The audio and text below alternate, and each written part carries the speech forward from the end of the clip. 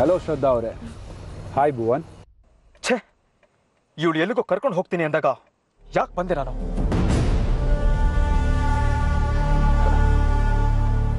ಯಾಕೋ ಭುವನ್ ಮಾತಾಡ್ತಾನೆ ಇಲ್ಲ?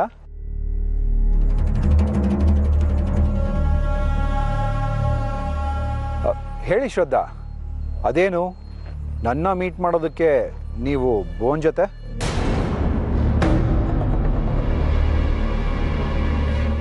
ಅದೇ ಹೇಳಿದ್ನಲ್ಲ ವಿಕ್ರಾಂತ್. ಏನ್ ನಡೀತಾ ಇದೆ ಇಲ್ಲಿ? ನೋಡಿ ಭುವನ್, ನನ್ನ ವಿಕ್ರಾಂತ್ ಮಧ್ಯೆ ಯಾವುದೇ ತರದ ಸ್ನೇಹ ಇಲ್ಲ. ನೀವೇನೆಲ್ಲ ನೋಡಿದಿರೋ ಅದೆಲ್ಲ ಕಾಕತಾಳೀಯವಾಗಿ ನಡೆದಿದ್ದು ಅಷ್ಟೇ. ನೀವು ಒಂದೇ ಒಂದ್ಸಲಿ ವಿಕ್ರಾಂತಿಂದ ಏನ್ ನಡೀತು ಅನ್ನೋದನ್ನ ಕೇಳಿ ಎಲ್ಲ ಕ್ಲಿಯರ್ ಆಗತ್ತೆ. ವಿಕ್ರಾಂತ್, ಭುವನ್ಗೆ ಪ್ಲೀಸ್ ಅದೇನ್ ನಡೀತು ಅಂತ ಹೇಳಿ. ನಾನು ಯಾಕೆ ಅದನ್ನ ಇವನು ಬಾಯಿಂದ ಕೇಳಬೇಕು? ಭುವನ್, ಎರಡೇ ನಿಮಿಷ ನಿಜ ಏನು ಅಂತ ನಿಮಗೆ ಗೊತ್ತಾಗತ್ತೆ. ಹಲೋ ಹಲೋ, ಎಕ್ಸ್ಕ್ಯೂಸ್ ಮೀ, ನಾನು ಇಲ್ಲೇ ಇದ್ದೀನಿ. ನೀವಿಬ್ರು ಅದೇನು ಮಾತಾಡ್ಕೊತಿದ್ದೀರಾ ಸ್ವಲ್ಪ ನನಗೂ ಹೇಳ್ತೀರಾ?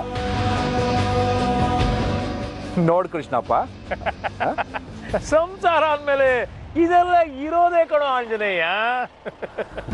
ಯಾಕೆ ವಿಕ್ರಾಂತ್? ಆಗ್ಲೇ ಹೇಳಿದ್ನಲ್ಲ, ನೋಡಿ ನಮ್ಮಿಬ್ಬರ ಮಧ್ಯೆ ಆಗಿರೋ ಮಿಸ್ಅಂಡರ್ಸ್ಟ್ಯಾಂಡಿಂಗ್ನ ನೀವು ಮಾತ್ರ ಕ್ಲಿಯರ್ ಮಾಡಕ್ ಸಾಧ್ಯ. ಏನೋ ಮಿಸ್ಅಂಡರ್ಸ್ಟ್ಯಾಂಡಿಂಗಾ? ಏನ್ ಹಾಗಂದ್ರೆ? ಇದೇನೋ ಇದು ಭುವನ್, ಹೊಸ ಡ್ರಾಮಾ?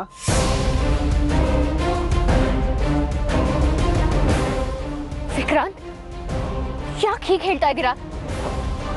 ಇನ್ನೇನು ಹೇಳಿ ಶ್ರದ್ಧಾ ಅವರೇ, ನಿಮ್ಮಿಬ್ಬರ ಮಧ್ಯದಲ್ಲಿರೋ ಮಿಸ್ಅಂಡರ್ಸ್ಟ್ಯಾಂಡಿಂಗ್ಗೆ ನಾನು ಕಾರಣನೇ ಅಲ್ಲ ಅಂದಮೇಲೆ ಅದನ್ನ ನಾನು ಯಾಕೆ ಕ್ಲಿಯರ್ ಮಾಡಲಿ?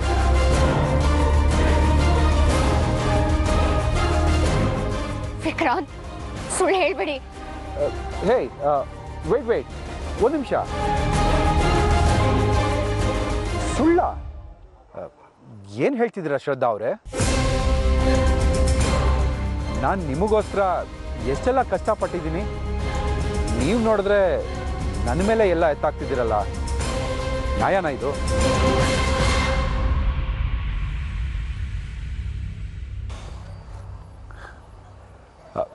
ನೋಡು ಭುವನ್, ನಿನ್ನನ್ನು ಇವ್ರು ಯಾಕೆ ಇಲ್ಲಿ ಕರ್ಕೊಂಡು ಬಂದಿದ್ದಾರೋ ನನಗೆ ಗೊತ್ತಿಲ್ಲ.